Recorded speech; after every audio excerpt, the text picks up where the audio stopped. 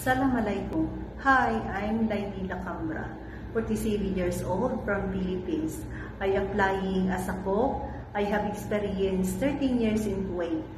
I know how to cook balalid, shukshuka, salona pasulya, salona adas, bamia, mulakiya, haris, jiris, and also falafel.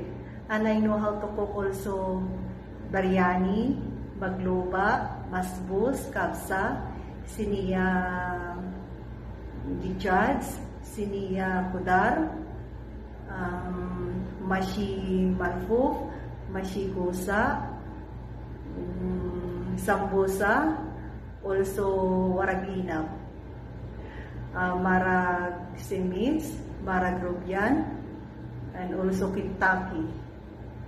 And I know how to cook also pasta like spaghetti, lasagna, macaronia, and then fatayir like pizza, zater, croissant, and cinnamon roll, and also like also sweet like basbousa, cream caramel, gelatin, molabia, and salata, gahwa, shai. And now I'm here in Saudi Arabia. I have to apply in UAE because I have already finished 2 years contract.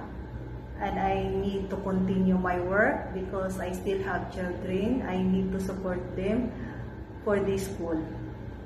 So I hope you can hear me and I can help you more in your house. Thank you so much.